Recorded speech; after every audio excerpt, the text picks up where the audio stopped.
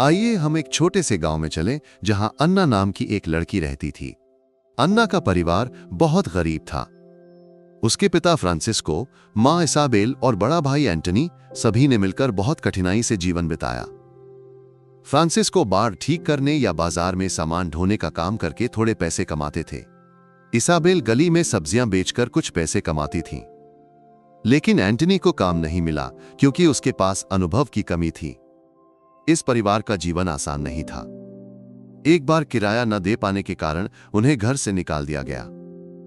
एक पुराने कमरे में जहां बारिश होने पर छिपने की जगह भी नहीं थी, वे सड़क पर रहने को मजबूर हुए। फिर भी फ्रांसिस्को और इसाबेल ने कभी शिक्षा के महत्व को नहीं भुलाया। पैसे आएंगे जाएंगे, लेकिन ज्ञान कोई नहीं छीन सकता, फ्रांसिस्को हमेशा कहते थे। इसलिए भले ही खाना या कपड़े ना हो, उन्होंने अन्ना और एंटनी को स्कूल भेजा। अन्ना स्कूल में बहुत होशियार थी। भूख सहकर गरीबी को हराकर उसने पढ़ाई की। एक दिन उसके कठिन परिश्रम का फल मिला, उसे स्कॉलरशिप मिली। इसने उसकी जिंदगी बदल दी। उसने गांव छोड़कर यूनिवर्सिटी में दाखिला लिया, पढ़ाई पूरी की और एक कंपनी में कैशियर की नौकरी पाई। वेतन ज्यादा नहीं था, लेकिन वो अपने परिवार को पैसे भेज सकती थी। अब सब ठीक हो जाएगा, उसने सोचा। लेकिन अन्ना का गरीब पृष्ठभूमि उसे सताता रहा। उसने सपने देखे, प्यार, एक पति, बच्चे और खुशियों से भरा घर। शुरू में कुछ युवकों ने उसमें रुचि दिखाई, मुस्कुराए और बाहर घूमने का न्योता दिया। लेकिन जब उन्हें उसके परिवार की कहानी पता चली, सब भाग गए। कोई भी सड़क पर रहने वाली लड़की से शादी नहीं करना चाहता था। इससे अन्ना को बहुत दुख हुआ। एंटनी को भी यही समस्या झेलनी पड़ी। उसकी गरीबी के कारण लड़कियां उसे ठुकरा देती थीं। ये देखकर अन्ना का दिल टूट गया। एक दिन इसाबेल एक लिफाफा लेकर घर आई। फ्रांसिस्को ने गंभीरता से कहा, अन्ना, एक अमीर आदमी तुमसे शादी करना चाहता है। उसका नाम मिस्टर हावियर था, 60 साल का, गांव का सबसे अमीर आदमी। अन्ना चौंक गई। 60 साल? क्या वो मेरे पिता की उम्र का नहीं है? उसे विश्वास नहीं हुआ। हावियर के पत्र में लिखा था, मैं तुम्हारा और तुम्हारे परिवार का ख्याल रखूंगा। ये शादी तुम्हें सुरक्षा देगी। अन्ना का दिल सिकुड़ गया। वो सिर्फ 23 साल की थी। वो प्यार चाहती थी, खुशी चाहती थी। लेकिन तभी उसे एक चौंकाने वाली बात पता चली। फ्रांसिस्को को एक गंभीर बीमारी थी।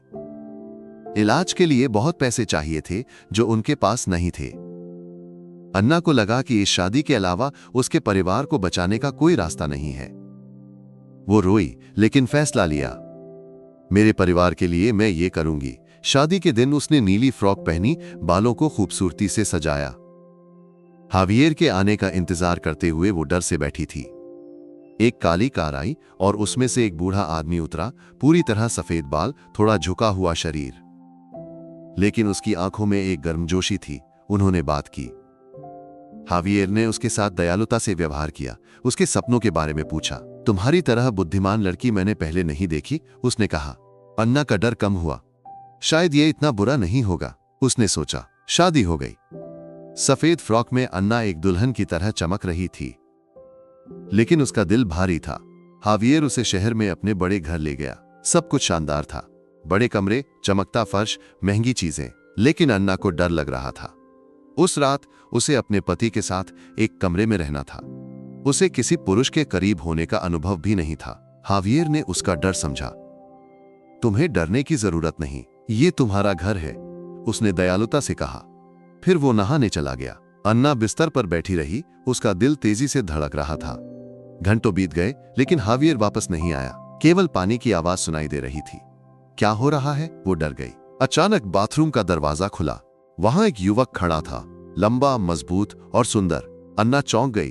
तुम कौन हो? मेरा पति कहां है? उसने डर से चिल्लाकर पूछा। अन्ना, मैं ही हावियर हूं, उसने शांति से कहा। अन्ना को विश्वास नहीं हुआ।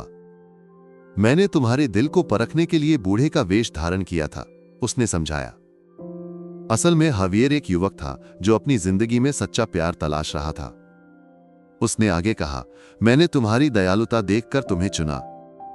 एक बार तुमने एक बूढ़े आदमी, मेरे दादाजी की मदद की थी। उन्होंने मुझे तुम्हारी दयालुता के बारे में बताया। उनकी आखिरी इच्छा थी कि मैं तुमसे शादी करूं। अन्ना की आंखें भर आईं। सब कुछ साफ हो गया। हावियर उससे प्यार करता था और उसकी दयालुता ने उसे आकर्षित किया था। मुझे तुम्हारा रूप मायने नहीं रखता, मैं तुमसे प्यार करती हूं हावियर, उसने कहा। उन्होंने एक दूसरे को गले लगाया, आंसुओं और खुशी के साथ। अन्ना की जिंदगी बदल गई। हावियर के साथ वो खुशी से रही। उनकी कहानी सच्चे प्यार और दयालुता का प्रतीक बन गई।